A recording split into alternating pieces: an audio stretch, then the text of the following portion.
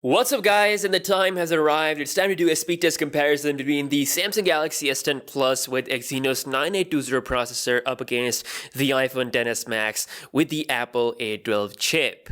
This is one of the most awaited videos on the channel, so both phones are super premium and super powerful, but let's see who's going to edge out in this test. And also I want to remind you guys that I am doing a giveaway for the Galaxy S10, so if you want to enter, check the link down below in the description. Okay guys, so as always, we're going to start this test off by booting up both phones at the same time. Here we go. And you can see the Galaxy S10 logo comes up first. The iPhone logo took some time, but let's see who is going to be the fastest one. Galaxy moving to its Samsung logo. And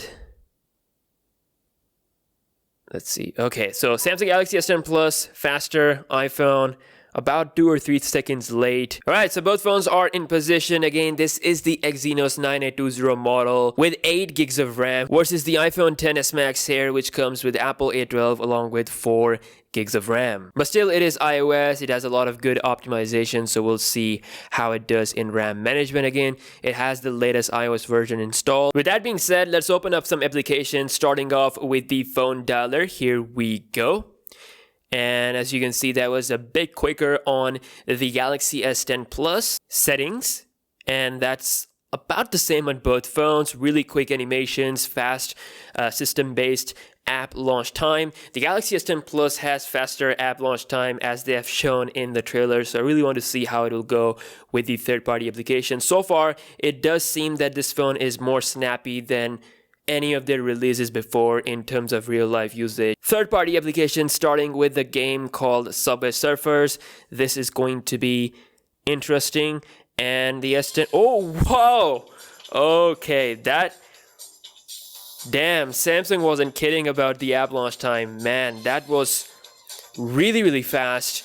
And normally we see iPhone perform really good when it comes to game loading times, but you can see the Exynos 9820 just blazes through the app launching with the first game that we opened. So we still have a lot left, so going to launch Cora on both phones. And that's a little bit quicker on the Galaxy S10 Plus. Spotify. And again, a little bit quicker on the Galaxy S10 Plus. Moving on to Asphalt 9. This is a really popular big game. So let's see. This time the iPhone feels really quick. It's already on the loading page.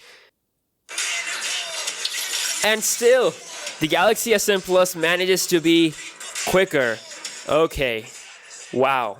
Something is going on here. I mean, Samsung has really done something amazing here with the app launching time. They really do show their effect here. They're really performing good. So far, the Galaxy S10 Plus is going perfect. We're gonna launch YouTube at the same time. Let's go.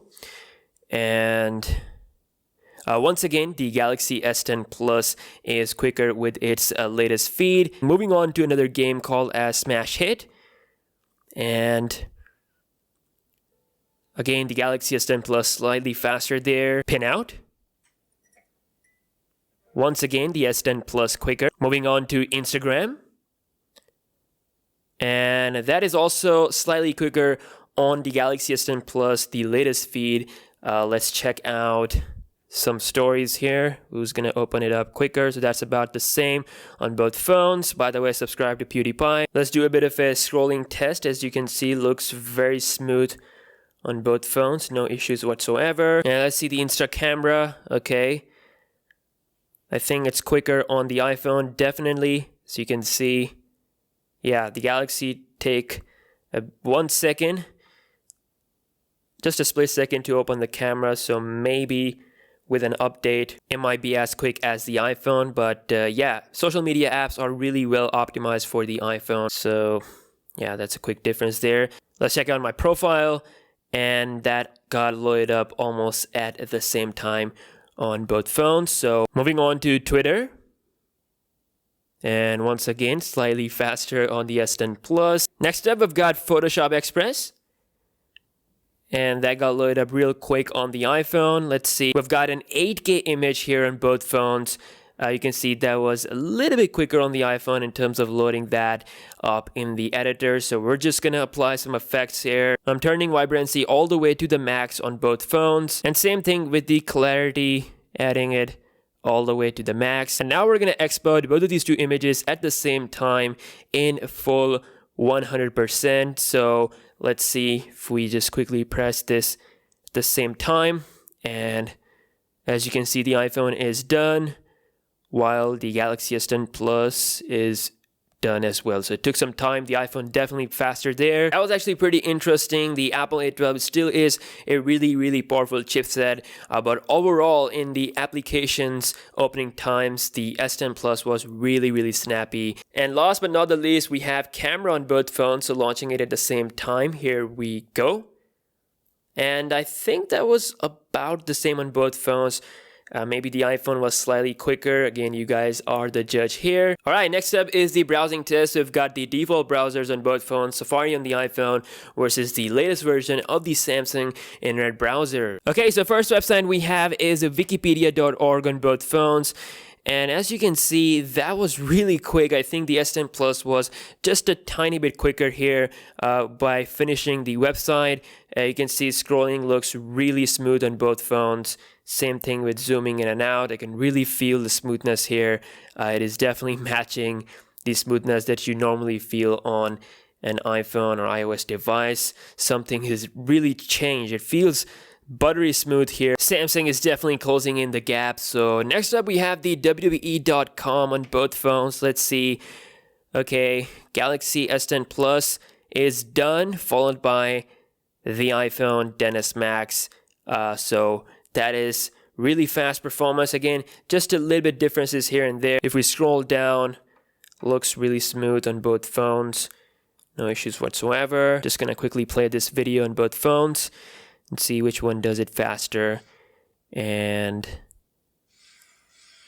I think that is faster on the iPhone XS Max. Now it's time for the juicy part, which is the RAM management. This phone right here, the Galaxy S10 Plus 128GB model that I have, has 8 gigs of RAM. So we'll see how the RAM management is here. So you can see phone dialer still in the memory settings, and the iPhone showed a bit of a refresh there. Maybe that is a refresh again. I will leave that up to you guys. Subway Surfers. And okay, so the iPhone is indeed refreshing the application here. So as you can see, it's loading the apps. I think 4GB of RAM is causing some of that refresh on the iPhone. The Spotify is also there.